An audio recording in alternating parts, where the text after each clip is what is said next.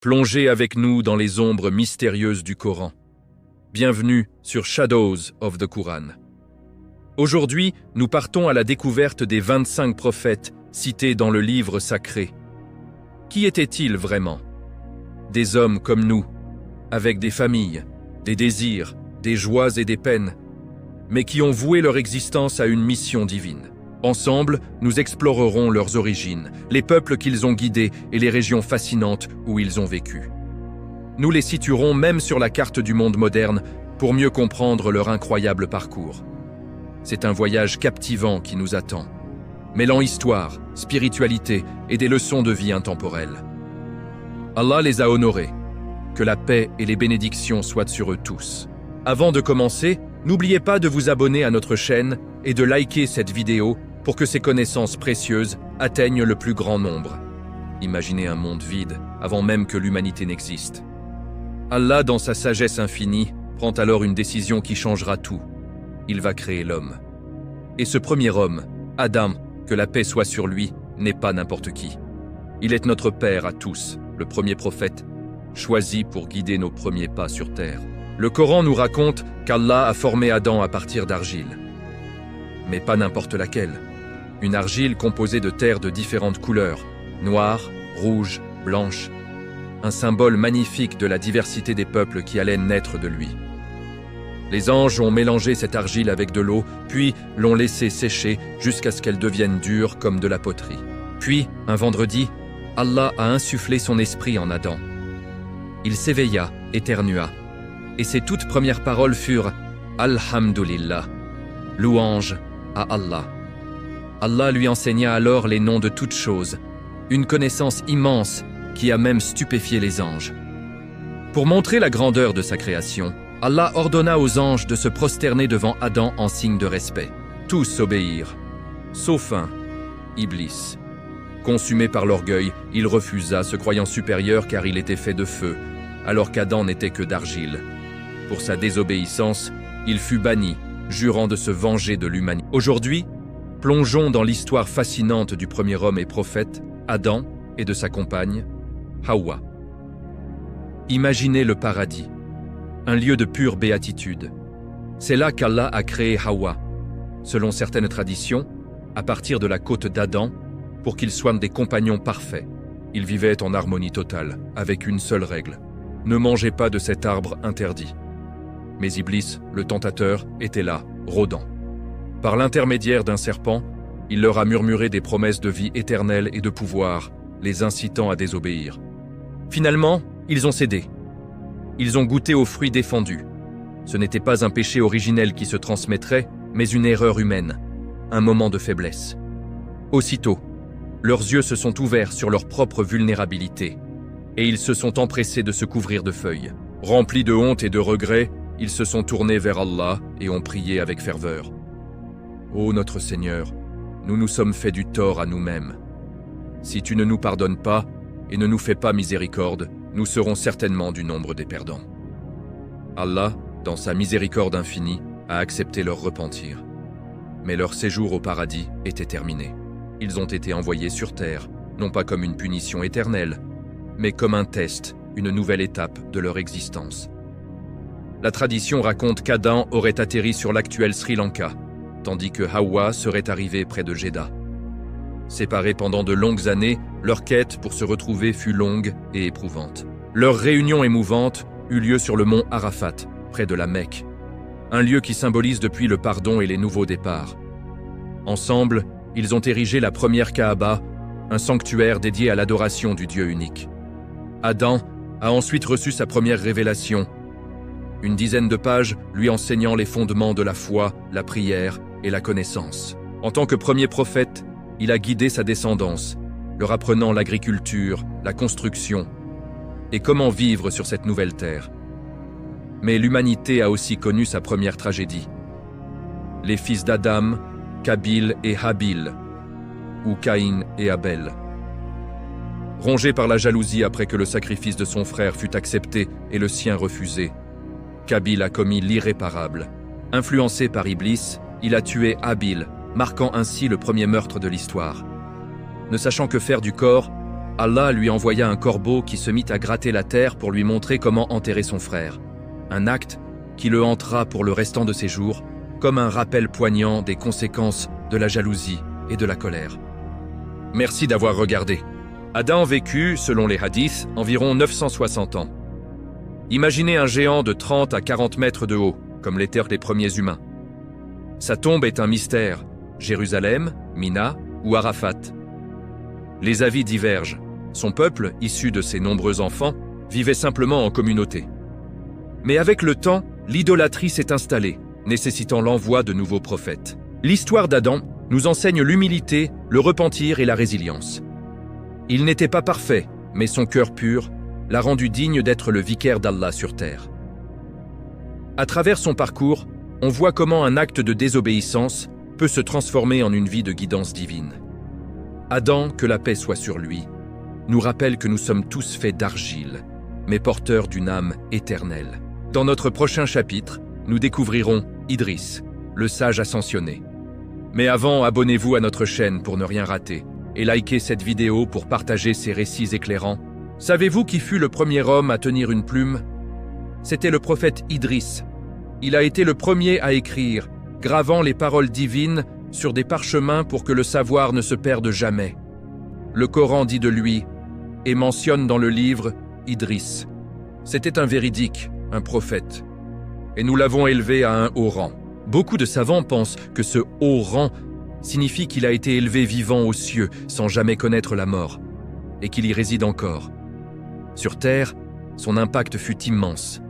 Il voyagea énormément, parlant 72 langues, pour prêcher le message de l'unicité de Dieu à chaque peuple dans sa propre langue.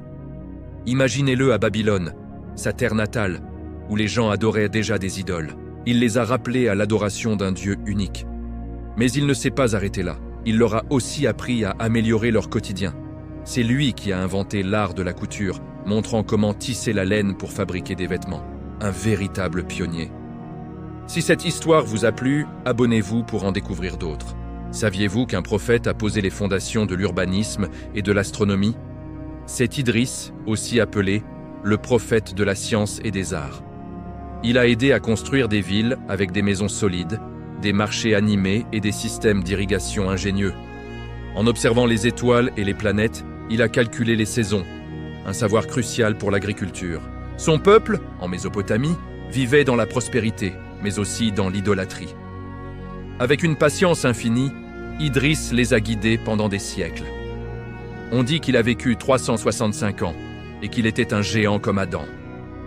Face à leur entêtement, il a migré vers l'Égypte antique, près du Nil, où il a continué son enseignement, influençant peut-être même les premiers pharaons pieux. Son héritage a traversé les âges, marquant les civilisations sumériennes et égyptiennes. Une histoire fascinante, n'est-ce pas? Abonnez-vous pour plus de découvertes. Saviez-vous qu'il existe un prophète qui a visité les cieux de son vivant? C'est l'histoire fascinante d'Idriss, un homme connu pour son ascétisme, ses jeûnes fréquents et ses prières incessantes. Une légende raconte qu'un ange l'invita un jour à explorer les cieux. Pour y parvenir, il devait faire face à l'ange de la mort. Par sa ruse et sa foi inébranlable, Idriss réussit à être élevé vivant, un honneur exceptionnel qu'il partage seulement avec Jésus. Que la paix soit sur lui. Idriss n'était pas seulement un prophète, il était un père spirituel pour l'humanité entière. Marié et père de famille, il a su parfaitement équilibrer sa vie de prophète avec ses devoirs terrestres. Il a transmis à ses descendants l'importance cruciale d'allier la science et la foi. Le Coran le mentionne d'ailleurs comme un homme patient et endurant. Sa vie nous pose une question essentielle. Comment pouvons-nous réconcilier notre quête de savoir avec notre dévotion spirituelle? Idriss est l'exemple parfait que la véritable élévation se trouve dans l'humilité. Merci de nous avoir suivis et à bientôt pour une nouvelle histoire. Pensez à la carte du monde moderne. Babylone, son berceau, est près de Bagdad en Irak. Sa migration l'amena au Caire en Égypte. Aujourd'hui, des sites archéologiques comme Ur ou Memphis pourraient faire écho à ses enseignements. Idriss, que la paix soit sur lui, nous laisse un legs. La curiosité n'est pas un vice, mais un chemin vers Allah, tant qu'elle est guidée par la crainte pieuse. Son ascension mystique préfigure le voyage nocturne de notre prophète Muhammad. Que la paix et les bénédictions soient sur lui. Ce chapitre sur Idriss nous rappelle que les prophètes étaient des innovateurs, pas seulement des prédicateurs. Leur vie, pleine de défis humains, nous inspire à chercher la connaissance pour servir le Créateur. Prochain chapitre. Noé, le bâtisseur d'arches face au déluge apocalyptique. Mais avant de plonger dans cette tempête, abonnez-vous à notre chaîne pour explorer tous les mystères et likez cette vidéo pour que ces récits divins touchent plus d'âmes en quête de vérité. Entrez dans les abysses tourmentés avec le 3e chapitre de Shadows of the Quran, où la colère divine déchaîne un déluge pour engloutir un monde corrompu. Imaginez une ère oubliée, des millénaires après le prophète Idriss, où l'humanité, bien que civilisée, sombre dans l'idolâtrie et le vice. Mais Allah, dans sa miséricorde, envoie une lumière dans ces ténèbres. Le prophète Nour, que la paix soit sur lui. Il n'est pas seulement un messager, il est le symbole de la résilience, le père d'une humanité nouvelle. Son histoire est une épopée de foi face à la moquerie et au rejet. Nous vous emmenons au cœur de la Mésopotamie antique, là où tout a commencé. Préparez-vous à un voyage à couper le souffle, où un déluge apocalyptique purifie la terre pour faire naître un nouveau monde. Une leçon intemporelle sur la persévérance, le repentir et la renaissance vous attend. Abonnez-vous pour ne rien manquer. Saviez-vous que le prophète Nuh, Noé, est né dans la 10e génération après Adam? Il est apparu dans un monde où les descendants d'Adam s'étaient multipliés, mais s'étaient aussi égarés. C'était en Mésopotamie, l'actuel Irak, une terre fertile entre le Tigre et l'Euphrate. Les gens y vivaient dans une certaine prospérité, cultivant la terre, construisant des cités et faisant du commerce. Mais cette richesse a apporté la corruption.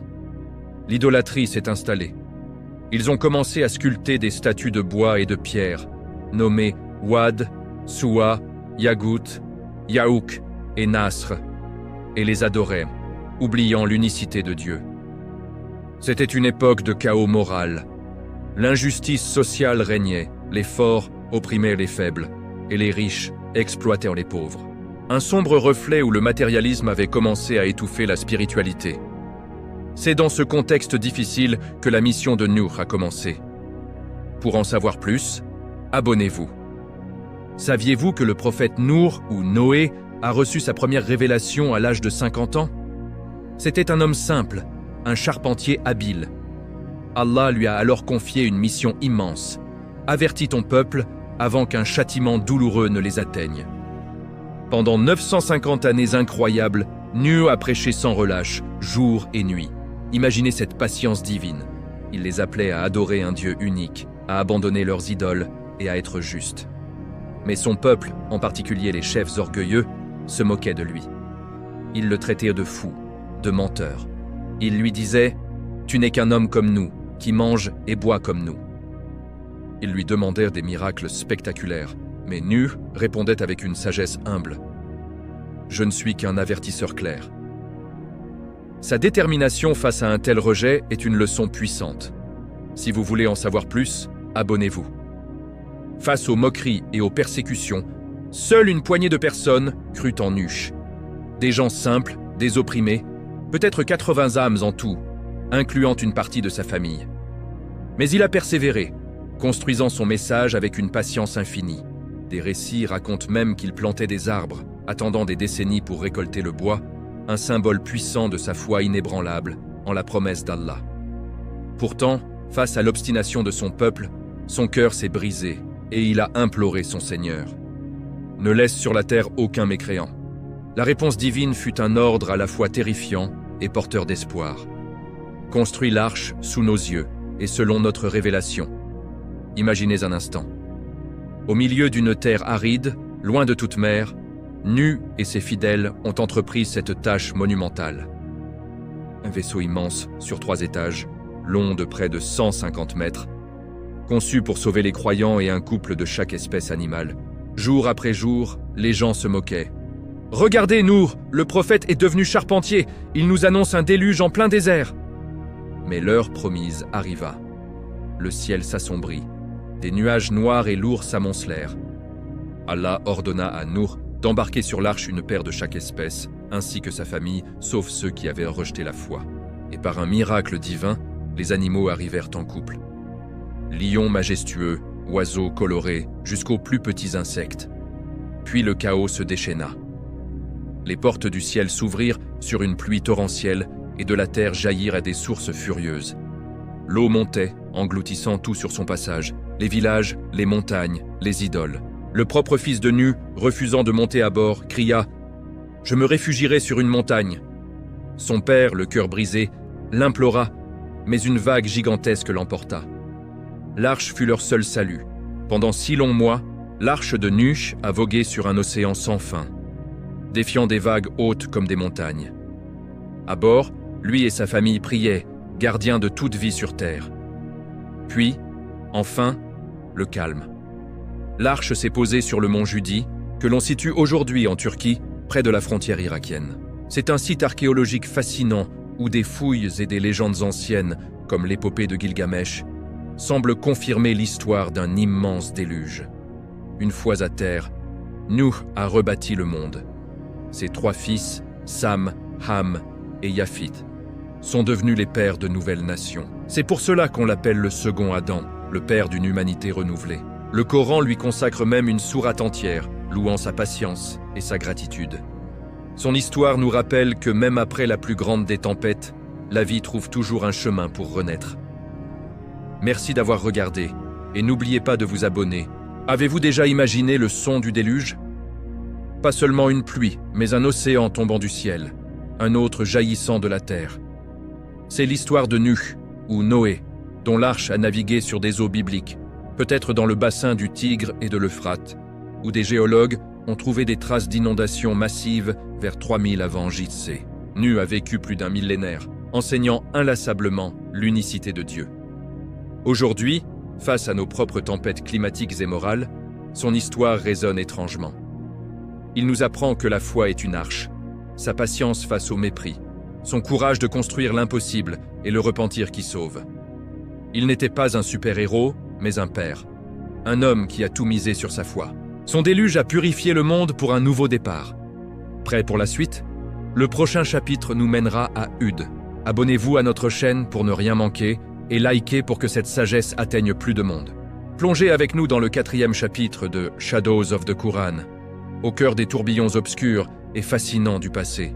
Bien des siècles après le déluge de Nuh, une nation prospère, le peuple de Had, érigeait des palais défiant les cieux dans un immense désert, mais leur orgueil défiait le Créateur lui-même. C'est alors qu'Allah, dans sa sagesse infinie, leur envoya un avertisseur, le prophète Hud. Il n'était pas un conteur paisible, mais le héros d'une tempête imminente, un homme à la fois inébranlable face à un peuple de géants. Son récit nous transporte dans l'antique Yémen, une terre de sable et de secrets. Préparez-vous pour une odyssée haletante où l'humilité affronte la vanité et où les leçons du passé nous rappellent que la vraie force ne se trouve pas dans les tours de pierre, mais dans la soumission à Allah. Abonnez-vous pour ne rien manquer. Saviez-vous qui était le prophète Hud et le peuple auquel il a été envoyé? Selon le Coran et les traditions, Hud descendait de Noé par son fils Sam. Il fut envoyé à la tribu des Had, un peuple légendaire réputé pour sa force et sa richesse. Il vivait dans la région d'Al-Ahqaf, au sud de la péninsule arabique, dans ce qui est aujourd'hui le Yémen. Imaginez. Une terre aujourd'hui désertique qui était autrefois un véritable paradis, avec des oasis luxuriantes et des jardins florissants. Les Had étaient de puissants commerçants, maîtres des routes des épices. Ils construisaient des cités grandioses avec d'immenses colonnes et des tours qui défiaient le ciel. Le plus incroyable, c'est leur physique. Les récits les décrivent comme des géants, mesurant jusqu'à 20 mètres de haut, dotés d'une force surhumaine. Restez avec nous pour découvrir la suite de leur histoire fascinante. Mais avec cette immense puissance, une fierté dévorante s'est installée. Le peuple de Had avait abandonné le monothéisme pur de Noé. Ils se sont mis à adorer des idoles de pierre et de bois. L'injustice était devenue leur quotidien. Ils trichaient dans le commerce, opprimaient les plus vulnérables et se vantèrent de leur force. « Qui est plus puissant que nous ?» disait-il avec arrogance. C'est dans ce climat de déchéance morale qu'Allah a choisi Hud. À l'âge de 40 ans, cet homme simple, marié et père de famille, est devenu le messager de Dieu. Il leur dit « Ô mon peuple, Adorez Allah. Vous n'avez pas d'autre divinité que lui. Ce que vous suivez n'est qu'invention. Hud parlait avec une éloquence poignante, les appelant à revenir à l'unicité de Dieu, à la justice et à délaisser leurs idoles. Il les a mis en garde, disant « Craignez Allah et obéissez-moi.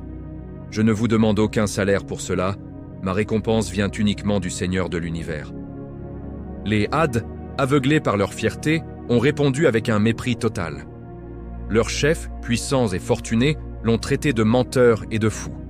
Ils ont dit « Es-tu venu pour nous éloigner de nos idoles ?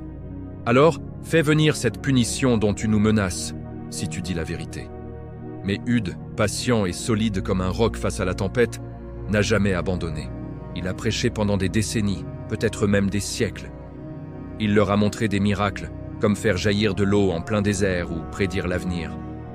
Mais rien ne semblait les convaincre.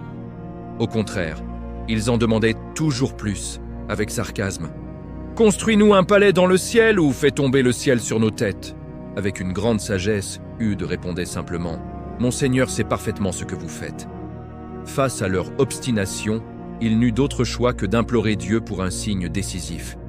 Le châtiment est arrivé par étapes, comme un avertissement qui devenait de plus en plus sévère. D'abord, une sécheresse terrible a frappé.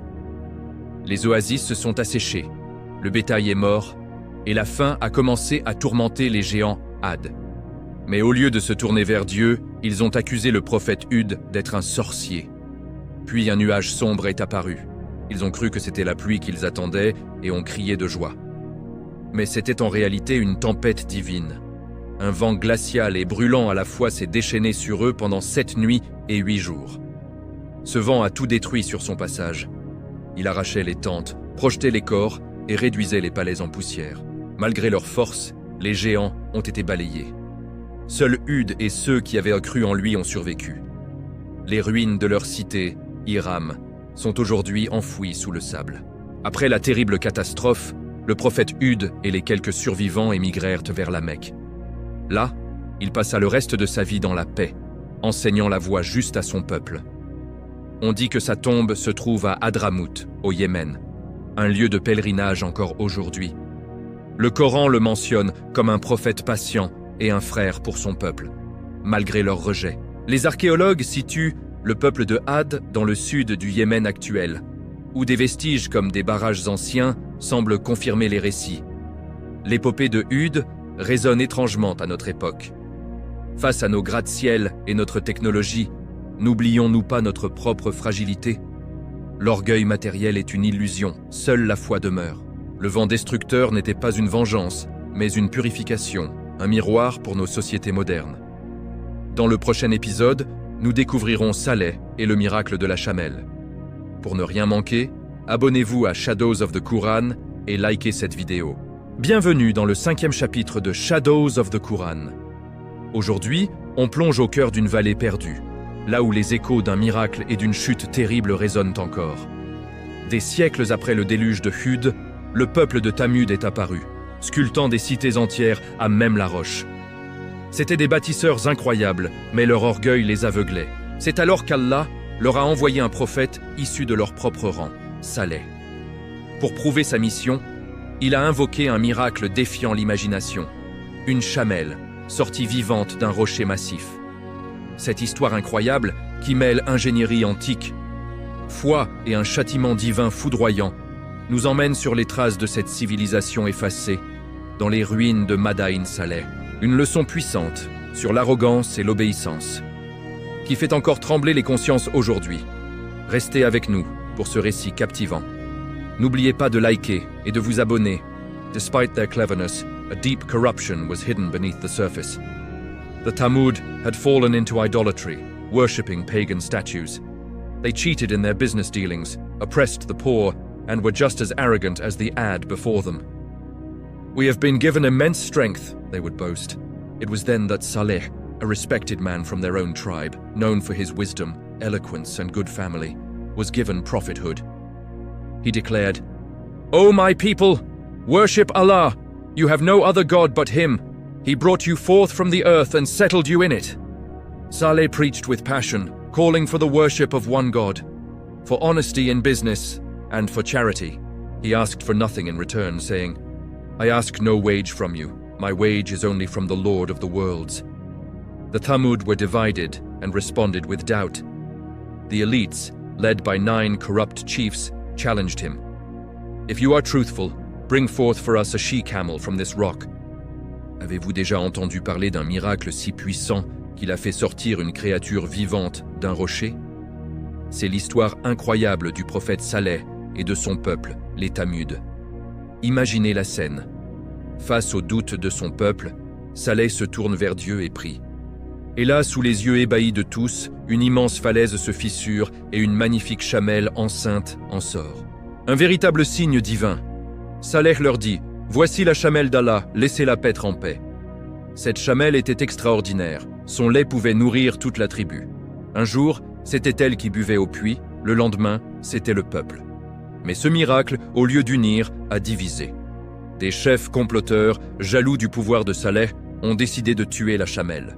Un acte terrible de défi qui allait sceller leur destin. Pour savoir ce qui leur est arrivé, abonnez-vous. Profitez dans vos demeures pendant 3 jours. Voilà une promesse qui ne sera pas démentie. C'est par ces mots que le prophète Saleh avertit son peuple, les Thamuds. La panique s'empara d'eux, mais leur orgueil était plus fort. Ils se moquèrent, défiant le destin. Pendant 3 jours, ils attendirent, partagés entre la peur et l'arrogance. Puis, à l'aube du 3e jour, le châtiment divin s'abattit. Un cri assourdissant, une clameur terrifiante déchira le ciel, suivi d'un violent tremblement de terre. Les montagnes tremblèrent, les magnifiques maisons taillées dans la roche s'effondrèrent comme des châteaux de sable. En un instant, les corps des mécréants gisaient inertes, comme de la paille sèche balayée par le vent. Seul Saleh et les quelques croyants qui l'avaient suivi furent épargnés. Ils avaient quitté la vallée avant la catastrophe. Les ruines de Madain Saleh témoignent encore aujourd'hui de cette histoire puissante. Merci d'avoir regardé et n'oubliez pas de vous abonner pour plus de récits fascinants. Le Coran consacre des passages entiers aux Thamuds, comme dans la sourate Al-Araf. Les citant en exemple, les Thamuds démentirent à les envoyer. Sur une carte moderne, le site de Madain Saleh en Arabie Saoudite révèle des inscriptions et des structures qui semblent corroborer ce récit, avec des preuves archéologiques de séismes anciens autour de 1000 avant JC. Saleh, qui a vécu environ 200 ans, enseignait que les miracles ne forcent pas la foi, mais testent le cœur. Son histoire nous interpelle. Dans notre monde de merveilles technologiques, n'ignorons-nous pas les signes divins qui nous entourent? Saleh nous rappelle que la gratitude pour les bienfaits d'Allah est essentielle. Tuer la chamelle symbolise l'ingratitude qui mène à la ruine. Il était l'un des leurs, prêchant à son propre peuple, endurant leur complot au nom de la vérité. Dans notre prochain épisode, nous découvrirons Ibrahim, le père des nations et l'ami d'Allah. Abonnez-vous à Ombre du Coran pour illuminer vos âmes avec ces récits sacrés et likez cette vidéo. Bienvenue dans le 6e chapitre de Shadows of the Quran, où nous allons explorer des flammes ardentes et des visions célestes. Imaginez un homme ordinaire qui défie un empire d'idoles, forgeant ainsi le destin de milliards d'âmes. Des millénaires après la chamelle miraculeuse de Saleh, la paix sur lui, une nouvelle obscurité spirituelle s'est installée en Mésopotamie. Les étoiles guident les caravanes, mais les cœurs, eux, s'égarent vers des statues silencieuses. Dans son dessein éternel, Allah choisit alors un guide révolutionnaire, Ibrahim, que la paix soit sur lui, l'un des prophètes à la détermination inébranlable.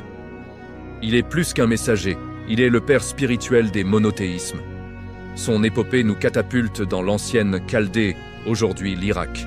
Un récit incroyable de débats, de miracles et de sacrifices. Abonnez-vous pour ne rien manquer de cette histoire qui a façonné notre monde. Préparez-vous pour un voyage épique dans la vie d'Ibrahim, une saga où la foi triomphe du feu et l'amitié avec Dieu dépasse tous les liens. C'est une histoire de quête de vérité, de migration spirituelle et de soumission totale qui éclaire encore nos vies aujourd'hui. Un rappel puissant que le vrai pouvoir ne réside pas dans les trônes, mais dans l'humilité face au Créateur. Selon les textes sacrés, Ibrahim est né il y a environ 4000 ans dans la cité de Ur, en Mésopotamie, l'actuel Irak. Son peuple, les Chaldéens, était une civilisation fascinante. Ils étaient des astronomes brillants, des commerçants prospères et des bâtisseurs de ziggourats ces immenses temples pyramidaux. Mais au milieu de cette société polythéiste, un homme allait se lever seul pour défier les idoles et redécouvrir le Dieu unique. Son histoire commence ici, et elle va tout changer. Restez avec nous pour découvrir comment. Imaginez une civilisation brillante, les Sumériens, maîtres de l'écriture et de l'astronomie. Mais derrière ce vernis, ils adoraient des idoles d'argile, comme Sin, le dieu lune, ou Ishtar, déesse de la guerre. Injustice, superstition et orgueil régnaient. C'est là que naquit Ibrahim. Ironie du sort, son propre père, Azar, sculptait et vendait ces mêmes idoles que son fils allait un jour défier. Très jeune, Ibrahim était différent, animé d'une soif de vérité. En scrutant le ciel, il cherchait le véritable créateur. Il observa une étoile, puis la lune, et enfin le soleil. Mais tous ces astres finissèrent par disparaître. Il comprit alors que le divin ne pouvait être quelque chose qui naît et qui meurt. Il déclara « Je me tourne vers celui qui a créé les cieux et la terre, et je ne suis pas de ceux qui lui donnent des associés. » Cette quête le mena à la foi en un Dieu unique, un concept révolutionnaire. Devenu prophète et ami intime de Dieu, son message allait bouleverser le monde. Aujourd'hui, on plonge dans une histoire incroyable de courage et de foi, celle du prophète Ibrahim. Face à une société qui vénérait des statues, il a décidé d'agir. Pendant que toute la ville était à un festival, Ibrahim est entré dans le temple avec une hache. Il a détruit toutes les idoles, sauf la plus grande. Puis, il a accroché la hache à son cou. Quand les gens sont revenus, ils étaient furieux. « Qui a fait ça à nos dieux ?» ont-ils crié. Ibrahim a répondu, plein d'ironie. « C'est la grande idole qui a fait ça. Demandez-leur si elles peuvent parler. » Bien sûr, les statues sont restées silencieuses, exposant leur impuissance. Pour cet affront, le roi tyran Nimrod l'a condamné à être brûlé vif. Mais alors qu'Ibrahim était jeté dans un feu immense, Dieu est intervenu. Le feu est devenu un jardin frais et paisible. Ibrahim en est sorti indemne, un miracle spectaculaire qui a montré la puissance divine. Abonnez-vous pour plus d'histoires fascinantes. Savez-vous que le prophète Ibrahim a dû faire face à des épreuves incroyables? Face au rejet, Allah lui ordonna de migrer. Avec sa femme Sarah et son neveu Lut, il quitta sa terre natale pour Canaan. En Égypte, pour protéger Sarah d'un pharaon menaçant, il la présenta comme sa sœur. Un miracle se produisit. Le pharaon tomba malade et les libéra, leur offrant même Hajar, qui devint la seconde épouse d'Ibrahim. Après des années sans enfant, Hajar donna naissance à Ismaïl. Mais par ordre divin, Ibrahim dut les laisser dans la vallée désertique de la future Mecque. C'est là que la source miraculeuse de Zamzam jaillit, créant une communauté. Plus tard, des anges annoncèrent à Ibrahim et Sarah, alors très âgés, la naissance de leur fils Ishaq. L'épreuve ultime fut quand Allah demanda à Ibrahim de sacrifier Ismaïl. Au dernier moment, un bélier remplaça le garçon, récompensant leur foi inébranlable. Si cette histoire vous a touché, abonnez-vous pour plus de récits inspirants. Dieu appela alors Ibrahim. « Ô Ibrahim, tu as confirmé la vision. » Et il racheta son fils par une offrande généreuse. Ce sacrifice est devenu l'Aïd al-Adha, un symbole de soumission totale. Ensemble, Ibrahim et Ismaïl reconstruisirent la Kaaba à la Mecque, appelant l'humanité au pèlerinage.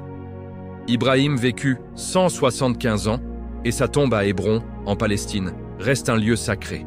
De sa lignée sont issus les Arabes, et le prophète Muhammad par Ismaïl, et les prophètes d'Israël par Ishaq.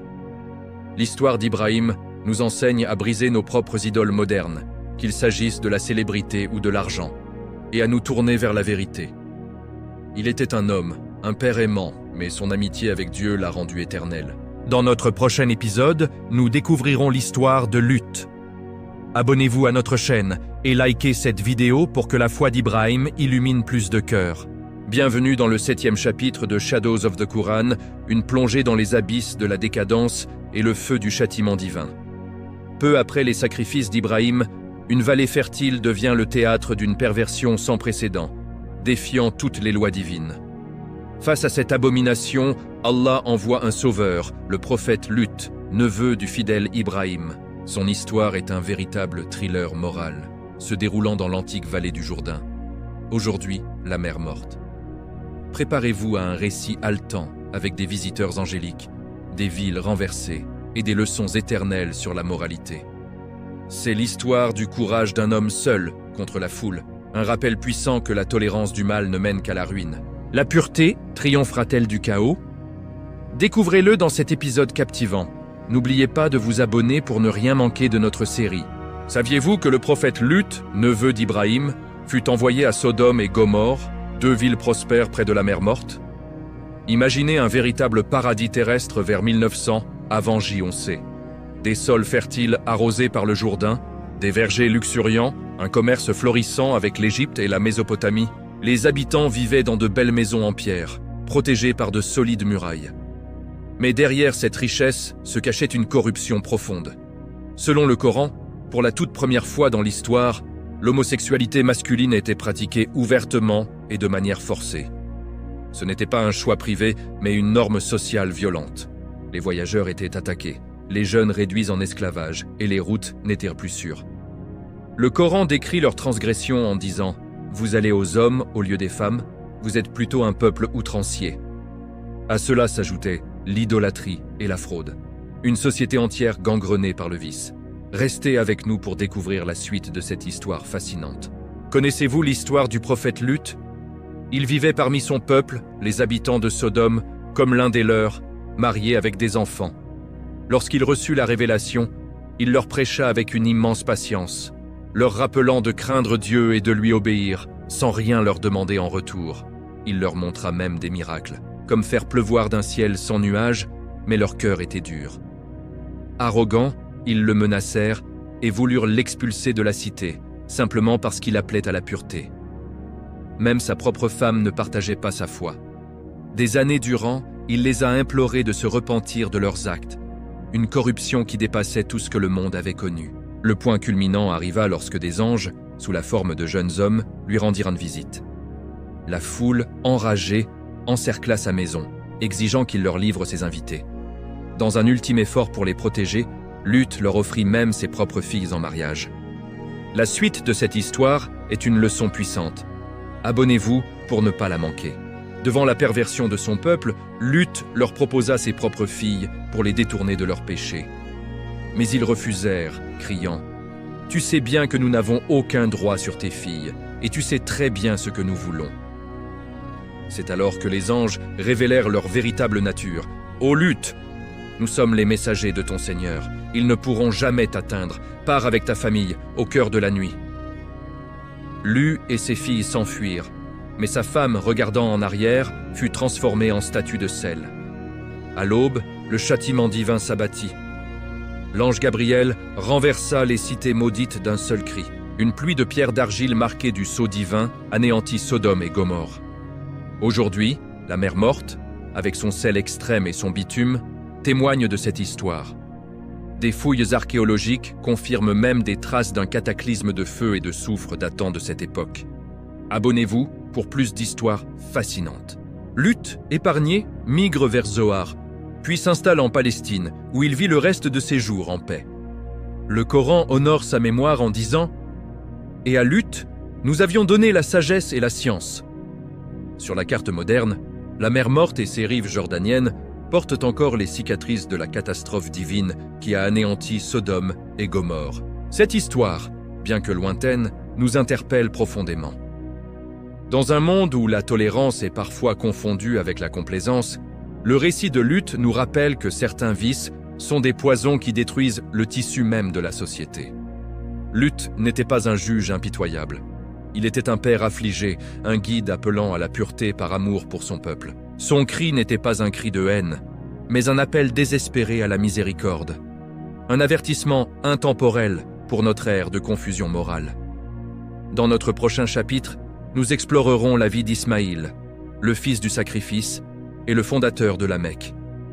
Mais avant de voir jaillir l'eau de Zamzam, abonnez-vous à notre chaîne pour ne rien manquer de ces récits sacrés.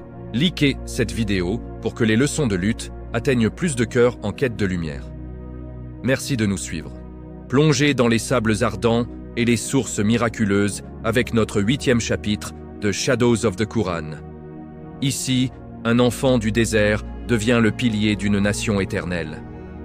Des années après les pluies de feu sur les cités de lutte, une épreuve intime teste la foi d'un père et forge le destin de l'humanité.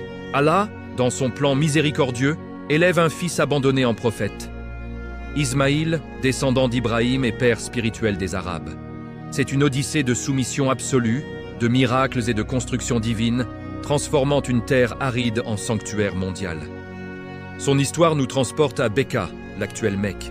Préparez-vous à une exploration où la patience d'une mère fait jaillir la vie, où un couteau suspendu enseigne la confiance, et où le désespoir se change en abondance éternelle. Un rappel poignant que les plus grands miracles naissent des plus dures épreuves. Restez avec nous pour découvrir cette histoire incroyable. Connaissez-vous l'histoire incroyable derrière la naissance du prophète Ismaïl? Tout commence avec son père, Ibrahim, un prophète qui avait quitté sa terre natale pour Canaan. Lui et sa femme Sarah n'arrivaient pas à avoir d'enfants, mais leur foi en Dieu restait immense. Lors d'un voyage en Égypte, ils rencontrèrent Hajar, une femme pieuse et forte, qui devint la seconde épouse d'Ibrahim. Après des années de prières intenses, Allah exauça enfin le vœu d'Ibrahim. Alors qu'il avait 86 ans, Hajar lui donna un fils. Ils l'appelèrent Ismaïl, ce qui veut dire « Dieu entend », car Dieu avait entendu leurs supplications. Le Coran le décrit comme un garçon doux et obéissant, mais cette joie fut de courte durée. Sur ordre divin, Ibrahim dut emmener Hajar et le bébé Ismaïl dans une vallée aride et désolée, un lieu qui deviendrait plus tard la Mecque. Suivez-nous pour découvrir la suite de leur épreuve. Imaginez un instant une mère et son bébé, seuls au milieu d'un désert aride, une vallée sans eau ni culture. C'est l'histoire de Hajar et de son fils, Ismaïl. Abandonné par son mari Ibrahim sur ordre divin, avec juste une outre d'eau et quelques dattes, sa foi reste inébranlable. Quand les provisions s'épuisent et que son bébé pleure de soif, le désespoir la saisit. Elle court alors 7 fois entre les 2 collines, Safa et Marwa, scrutant l'horizon, implorant un signe, une aide. C'est un acte de foi et de persévérance pure, et c'est là que le miracle se produit.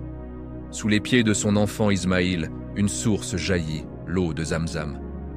Une eau bénie qui coule encore aujourd'hui, symbole de la miséricorde infinie d'Allah. Cette source a non seulement sauvé une mère et son fils, mais elle a donné naissance à la ville de la Mecque, un phare spirituel pour l'humanité. Ismaïl grandit au cœur de la tribu Jurhum, où il apprit l'arabe, la chasse et le tir à l'arc. Fort et pieux, il maîtrisait la langue de son père, l'hébreu, et celle de sa nouvelle terre, l'arabe. Un jour, Ibrahim reçut un ordre divin en songe, sacrifier son fils bien-aimé. Quand il en parla à Ismaïl, ce dernier, avec une foi inébranlable, répondit « Ô mon père, fais ce qui t'est commandé. Tu me trouveras, si Allah le veut, parmi les endurants. » Père et fils se rendirent à Mina. Satan tenta de les dissuader, mais ils le repoussèrent en lui jetant des pierres, un rituel encore pratiqué lors du Hajj. Au moment ultime, alors qu'Ibrahim s'apprêtait à accomplir le geste, Allah l'arrêta et remplaça Ismaïl par un bélier venu du paradis. Cet acte de soumission et de miséricorde est aujourd'hui commémoré par l'Aïd al-Adha. Plus tard, Ibrahim et Ismaïl reconstruisirent ensemble la Kaaba sur ses fondations originelles, appelant toute l'humanité à adorer le Dieu unique. L'histoire d'Ismaïl est une symphonie de foi et de soumission. Né d'Abraham et Hajar, sa venue était une réponse divine à une prière ardente. Abandonné avec sa mère dans une vallée aride, son cri de bébé fit jaillir la source de Zamzam, un miracle qui transforma le désert en l'oasis de la Mecque. Le sacrifice, épreuve suprême, vit sa soumission totale à la volonté divine, remplacée par un bélier céleste. Cet acte est commémoré par les musulmans du monde entier lors de l'Aïd al-Adha. Avec son père Abraham, il reconstruisit la Kaaba, élevant ses murs comme un phare éternel pour le monothéisme. De sa descendance est issu le dernier prophète, Muhammad. Ismaïl nous enseigne que même dans l'épreuve la plus dure se trouve une miséricorde infinie.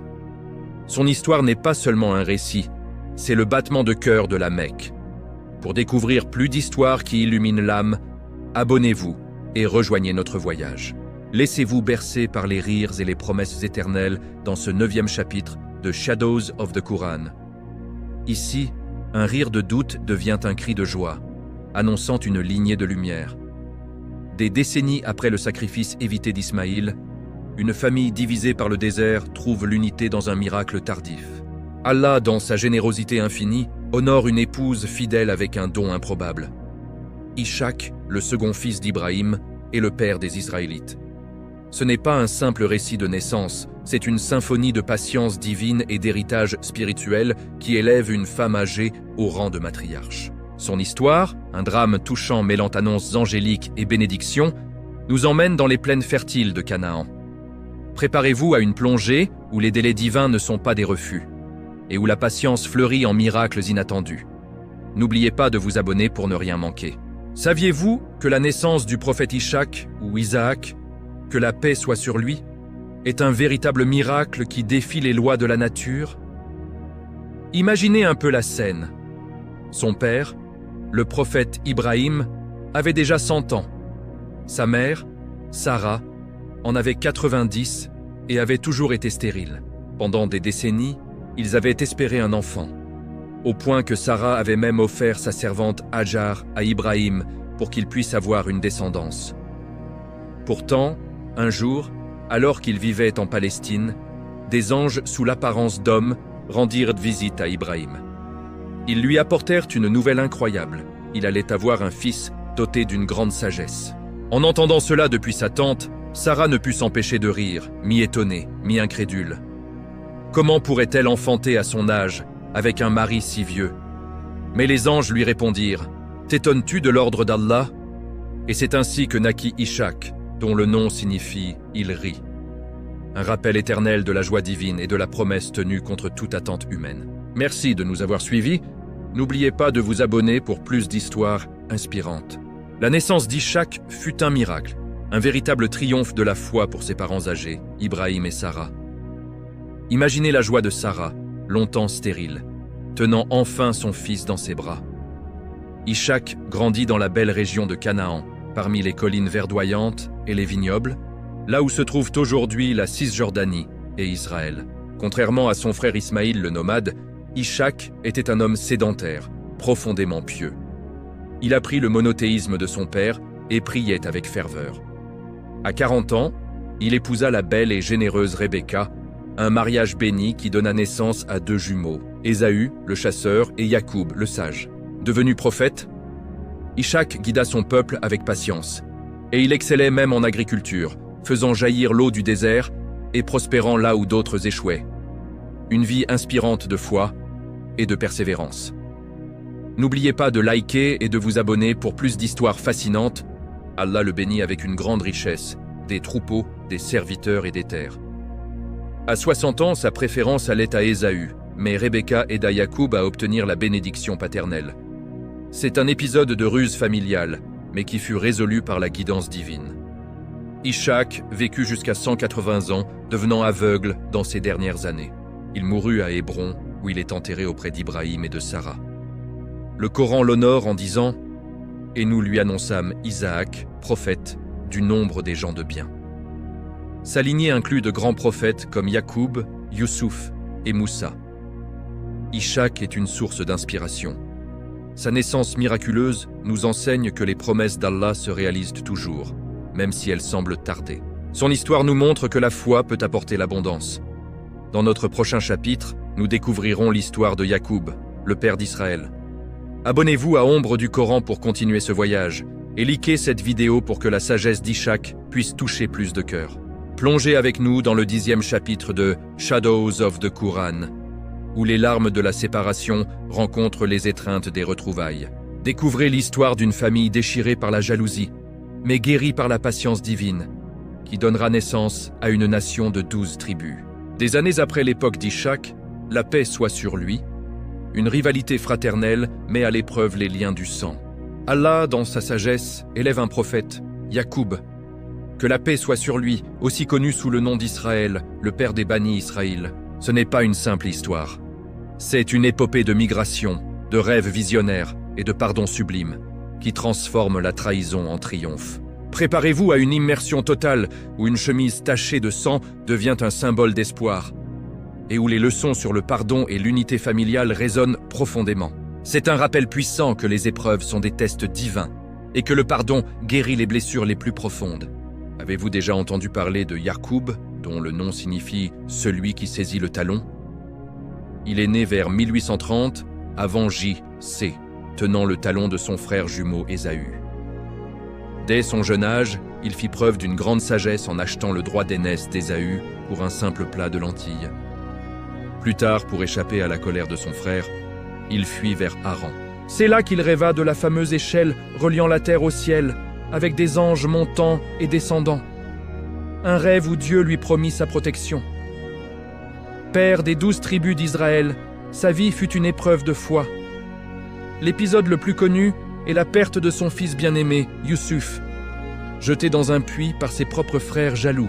Malgré un chagrin immense qui le rendit aveugle, sa patience resta inébranlable, plaçant sa confiance totale en Dieu. Une histoire inspirante de foi et de persévérance. Abonnez-vous pour plus de récits fascinants. L'histoire de Yacoub et Youssouf est une épopée de foi et de rédemption. Après avoir été vendu comme esclave en Égypte, Youssouf gravit les échelons pour devenir un puissant vizir. Des années plus tard, une famine frappe la région, forçant ses frères à chercher de l'aide en Égypte. C'est là que Youssouf, après les avoir éprouvés, révèle enfin son identité. Imaginez le choc, la culpabilité, puis le soulagement.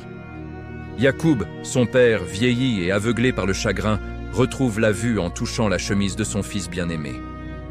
Toute la famille, 70 âmes au total, migrent alors vers l'Égypte, s'installant à Gozen. Ils deviendront les Bani Israël, les enfants d'Israël. Yacoub s'éteint en Égypte à 147 ans, mais son dernier vœu est d'être enterré à Hébron, auprès de ses ancêtres.